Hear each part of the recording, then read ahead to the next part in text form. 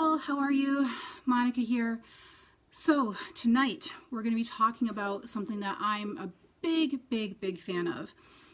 If you've been following me for a while, you'll know that I'm always saying that using the word no in family court is your life vest.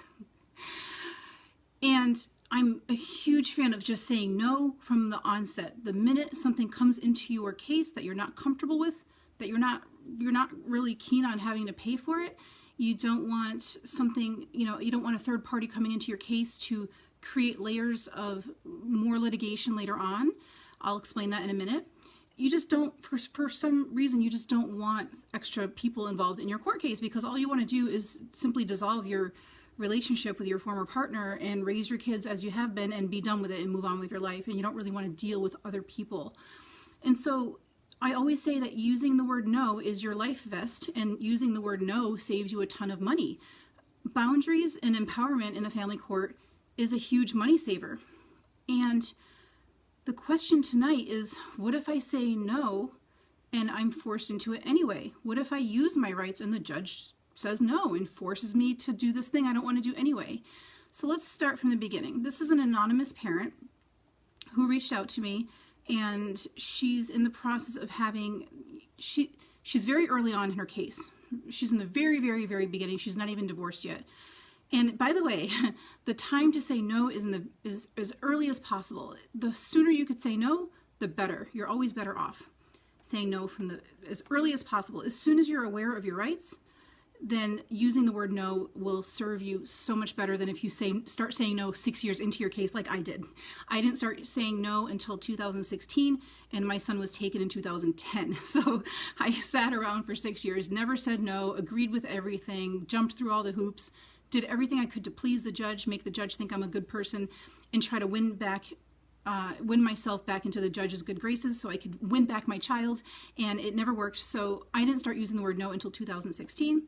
And let me just make sure that my settings are correct. I want to make sure that we're coming in. I'm using two computers here because I'm all high tech and stuff.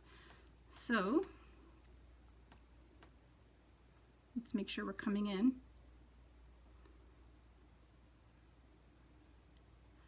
All right.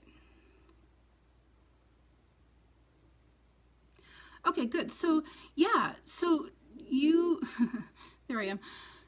So in this situation, we have a mom where there's gossip in her case right now of the other side wanting to bring in a GAL. And she's saying, no, I don't want a GAL, because this particular mom is a little bit different with her child rearing philosophies. She's really into I don't remember if she's into homeschooling, but natural medicine, things of that nature. And typically parents who are more natural, they're the ones that are most retaliated against in the system. And she doesn't really want a third party coming in and having that person's opinion dominate her opinion. She wants her opinion as the parent to stand in the court case. She doesn't want to bring in, Joe Bob, something or other, attorney hotshot who charges $400 an hour to have an opinion about the child, when the parent's opinion is certainly enough under the eyes of the law. So she's saying, no, I don't want that. I don't want the expense. I don't want the hassle. I don't want the heartache, the headache and the heartache. And so there's talk of this person being forced into her case anyway against her will, and she would be forced to pay for that service. And so I'm gonna just start by saying I'm not an attorney. Nothing I'm saying is legal advice. You still have to watch out for your own case. You still should research the laws, check what I'm saying to make sure it's accurate, because don't ever count on a Facebook Live to run your case for you. So that being said, I've been in the system 11 years. I've read thousands of pages of legal arguments. I've read probably hundreds of cases in most states probably.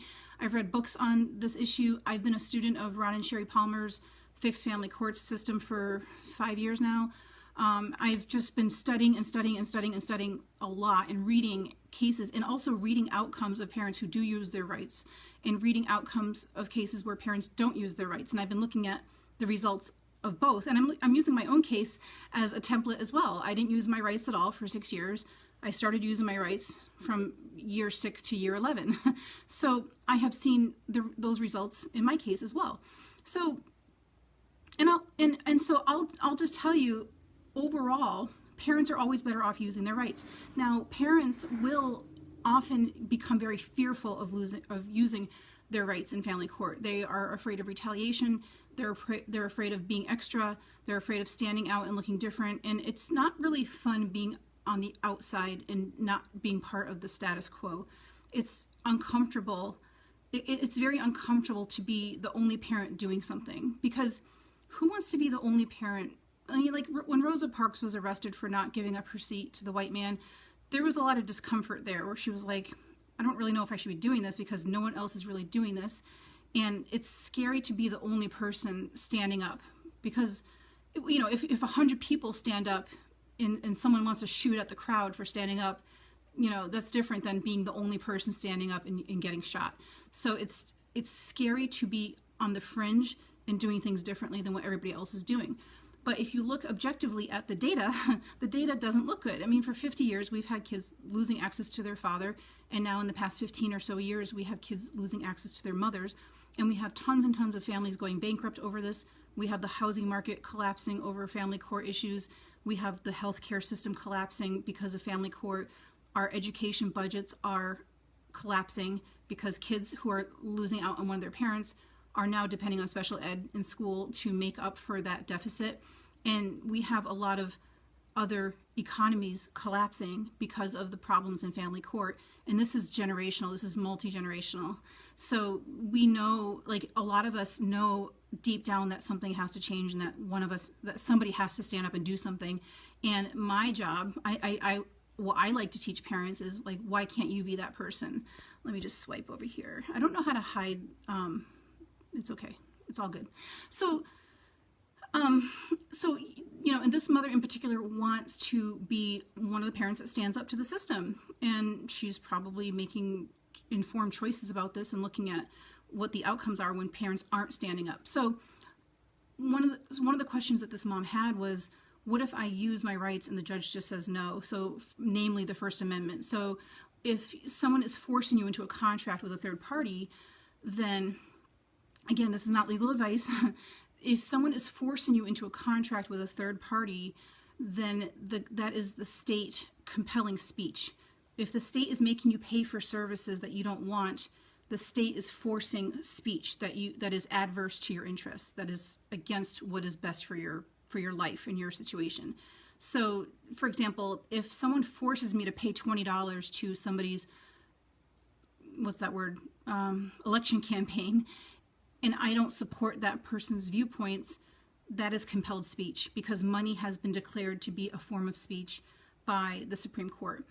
So if the government is forcing you to pay $5,000 to a guardian ad litem, and your philosophy is, well, I believe I can be a steward of my child's best interests better than this third party stranger government official, and the state is forcing me to pay $5,000 to this person to speak on behalf of me and my child's welfare, then that is compelled speech.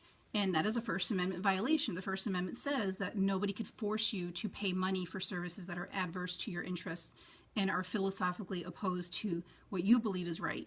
So if you are paying money toward a guardian ad litem, the implication is that you support the philosophy that the government can make a better choice for your children than you can. So when parents walk into family court and say, I want a guardian ad litem, what they're really saying is, I believe that a third party stranger can speak out on my child's welfare better than I can. That's really what the parents are saying. The parents aren't aware that they're saying that, but that's the legal implication. If, in fact, we have Connecticut, we have appellate case law in Connecticut that's been around for 16 years that says that just by going to court, just setting foot in court, there's an automatic presumption that the parents are incompetent and incapable of learning or of knowing their child's best interest. And that's Karuba versus Moskowitz from 2004. It's a Connecticut case, and lawyers love to cite Karuba versus Moskowitz because that's what allows the state to take over the child's best interests. And obviously that's wrong, because the United States Supreme Court in Troxel versus Granville says that parents are the absolute best authority figures, are the best caretakers of their child's best interest, as long as the parents are fit. If you're not a fit parent, then it's not assumed that you know the best interest of your child. But if you're a fit parent, then there's a legal presumption that you are the only person that could ever know your child's best interest. So with all this being said, why would a parent really want a guardian ad litem? The brainwashing is so prevalent, and parents believe that, parents are believing their attorneys when their attorneys are saying, well, you need to have a neutral party. You don't need a neutral party. This is court. There's never a neutral party. There's always person A and person B. Nobody's neutral, okay? That's why they're in court, because they can't reach a neutral ground. Why do you need a neutral third party? If my neighbor borrows my lawnmower and won't return it, and I want to take my neighbor to small claims court and sue him for $1,500 because he won't return my lawnmower, why do we need a neutral third party? Why can't the judge just listen to my side, listen to my neighbor's side, and make a decision on the merits? Any case, like if someone's being tried for murder, the prosecution has their side of the story. Well, we found the fingerprints, we found the weapon, and then the defense side says we have an alibi, and there's no abstract drawing of the witness. So you have the plaintiff saying one thing, the defendant saying another. Why does the court need a third party, neutral third party, to make a recommendation? That makes absolutely no sense. We don't see that in any other law besides family law, as far as I know. If I'm wrong, do correct me. So, but the GAL can be covered by the state as well. How about that? So if the GAL is being paid, so this is such a good question. There are parents who will often go to court and they won't object to a GAL because it's free. And I think a free GAL is worse because the parent is less likely to fight back when the GAL is free, but they're still giving away their rights. Like the GAL still gets full authority. The GAL gets broad and sweeping access to the child's doctor records, school records. The GAL still basically is the guardian of the child. I mean, think about it. Guardian ad litem. That's guardianship over your child. So I'm working with a parent right now in Connecticut who's fighting the GAL, and his GAL contract doesn't even have an expiration date, and the daughter's 9 years old. So this GAL theoretically could be on the case for another 9 years, and it's bankrupting the parent. The parent filed Chapter 13, and it's because of this GAL stuff. And so when a parent agrees to a GAL, it's really hard to get out of these contracts, because they cheat and they lie and they manipulate the contract and don't put an expiration date, for example.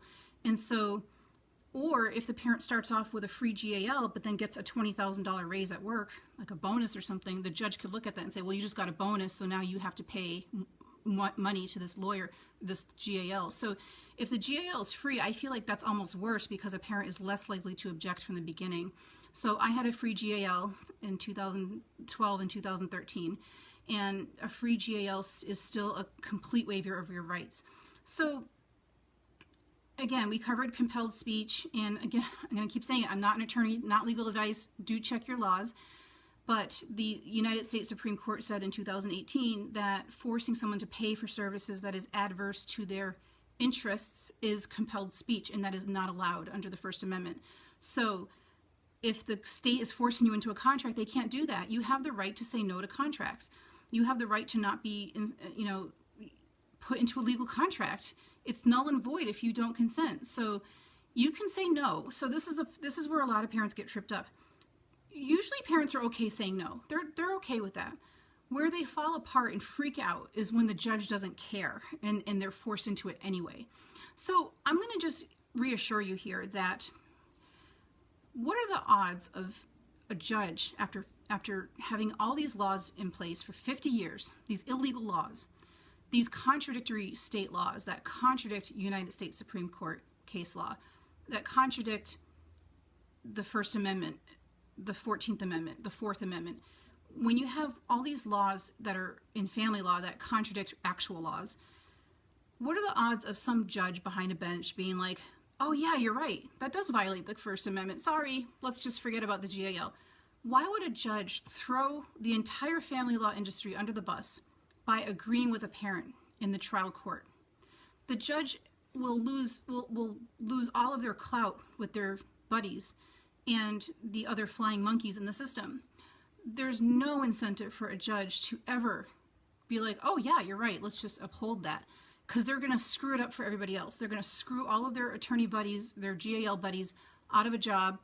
You're going to have family law attorneys that can't bully their clients into these contracts anymore. I've never heard of a judge upholding a parent's rights in that manner in the trial court level.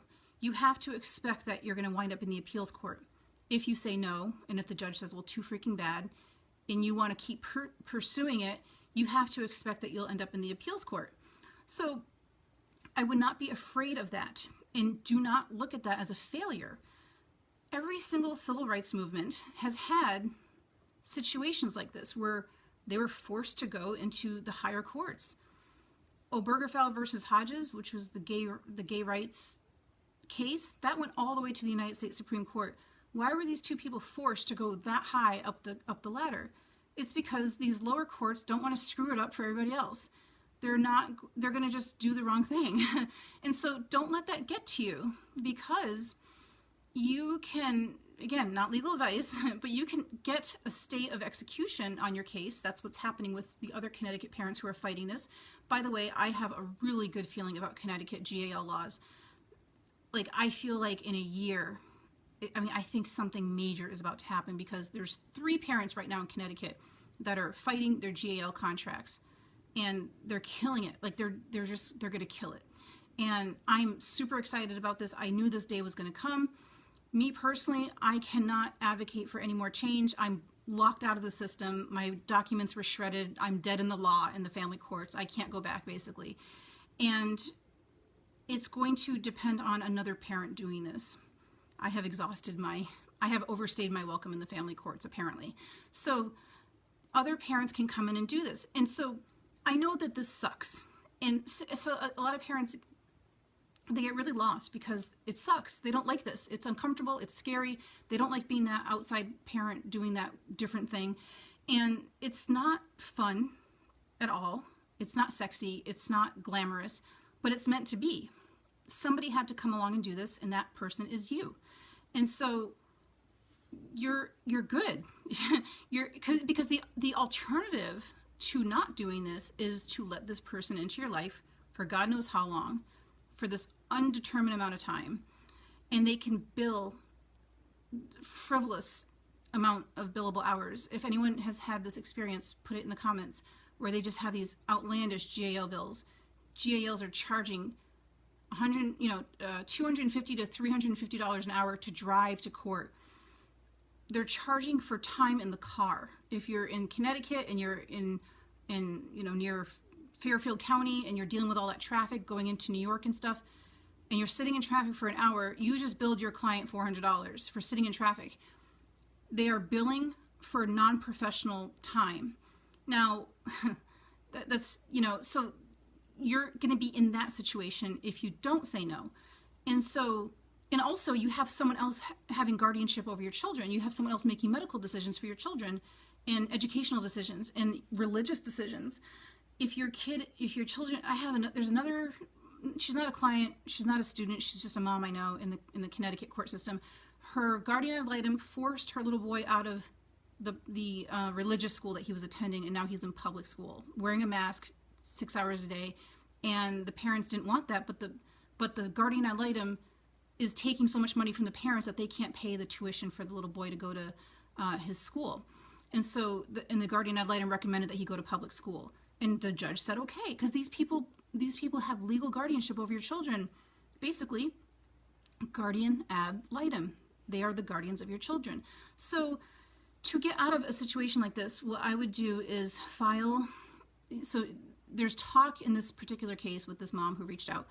There's talk of a GAL coming into the picture. You are in the most perfect place to have an objection. Most parents do not start objecting until a year, 2 years into the case, when the GAL has finally drained the parents of their resources, and the GAL has caused so much harm to the child that the child's suffering and has to go to therapy and has to go on psychotropic medications. So that's usually when the parents get so upset about what's happening that they start fighting back. Because for the first couple of years, they typically will agree. They'll be like, oh yeah, we need a third party, neutral person.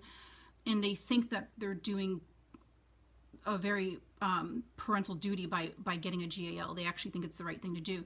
And I mean, look, if you think it's okay to assign guardianship to the state, that's fine. I'm not judging you. I think if a parent does that, fine, but do it with informed consent. Do it knowing what you're doing. Don't, be brainwashed into it like what attorneys are doing. So you're in a situation where you can fight from the beginning before this even happens, and if the judge says, well, too bad, we're going to put this GAL into your case anyway, you can go right to the appeals court, and then when that happens, there's a stay of execution. So that means that you don't have to have the GAL in your life while you're appealing. You get to put that on hold and you get to appeal that. That can be a little hard, so I would probably talk to an attorney for an hour, half hour, and find out how to make sure that that stay of execution stays in place so that you don't get badgered into hiring a GAL while you're appealing. Typically, if something is under appeal, you cannot be forced to comply with the order if you're appealing it. If you're appealing a traffic ticket, you get a $300 traffic ticket and you did not run that stop sign and you want to appeal, you're not going to have your wages garnished for that traffic ticket while you're appealing the traffic ticket. Same thing with lethal injection. You're not going to put someone in death, you're not going to give the death penalty to somebody while they're appealing their death sentence. And so there's exceptions. Oftentimes when someone goes to life, prison for life, and they appeal, they can't really be set free while they're appealing. There are certain exceptions. In Connecticut, I know this for a fact, if you have a child support order, you have to continue to pay your child support while you're appealing. If you lose custody of your kids, if your kids are taken from you and you are stuck with every other weekend, you will continue to be an every other weekend parent while you're appealing. And I know that from experience because I filed a lot of appeals and I was never granted extra time with my son. So typically parenting time and child support do not get a stay of execution. But if you're appealing anything else, forced co-parenting therapy, forced GAL appointments, forced, sanctions. I've appealed sanctions before, forced penalties, things like that. You can have a stay of execution. So let's see. So in your case, you would want to make sure that the stay of execution goes into place. And I would partner up with other parents who are doing the same thing. So this happens to be a Connecticut parent, and we have other Connecticut parents doing the same thing. So you can create an alliance and find out what they're doing. And this is what's beautiful. So a lot of parents are afraid of failing in the appeals court level. When you lose an appeal, and I know this from experience, it is devastating. But when you lose an appeal, you're actually helping the next person in line. You get to show people what happened in your case. They get to look at your appeal. They get to look at everything that you did. And then they get to make tweaks and say, oh, let's do it differently. Let me try this method instead. And then that's when you change a system, you're not going to go from zero to changing the whole system in 5 years. What you're doing is you're just building a step, literally think of it as stairs. You need 150 stairs to get to the top. Every time you appeal, every time you say no, every time you object to a GAL, every time you object to, I have another parent in Connecticut who's objecting to forced co-parenting counseling because he has a disability that is aggravated when he's in this tiny room with his ex who abused him. So he's saying no, he's saying absolutely not, you cannot force me to go to therapy with this person. So he's putting a step in the system. And then another parent in 2 years or 6 months, another parent is going to appeal because they're going to see what you're doing. And they're going to be like, oh, well, look at all those other parents who did this. I'm going to do it too. And they're going to add another step and another step. And then in 5 years, you are so close to just draining the system. And so you might have to just be okay with being uncomfortable and being fearful of the outcome. And don't take it personally if you lose, it's fine. It's fine if you lose because you're really not losing. You're helping the system every time you do anything. Every time you say no, every time you appeal, every time you object, every time you refuse a service, every time you stand up and use your constitutional rights, you are putting a pinprick in the system. You're taking a little pebble out of their foundation and you are helping other parents. And so what better outcome can we ever want when a baby being born today will not lose their kids in 30 years? It's not going to happen. I already have plans to shut down my business and open up a new business in like 15 years, because I know that I'm not going to have a business anymore, because there's going to be so many parents that have figured this out that they're not going to need me anymore. So I want to work myself out of a job. And you're doing everything perfectly, and you're doing amazingly. So I'm going to answer one more question. Actually, no, that person did withdraw her question, so I'm going to hold off on that. But I will be back next Monday. Let me see if I have any questions here. Whoops, I hope I didn't do anything wrong. Okay. Huh, weird. I don't have any questions, but do ask questions in the comment section if I missed anything. And once again, I'm not an attorney. Do double check your laws in your state, and do check constitutional stuff, because I'm a health coach. I'm not a constitutional scholar. So I'm going to be ending here. I appreciate you coming on, and we will catch up next Monday. Okay? Bye-bye.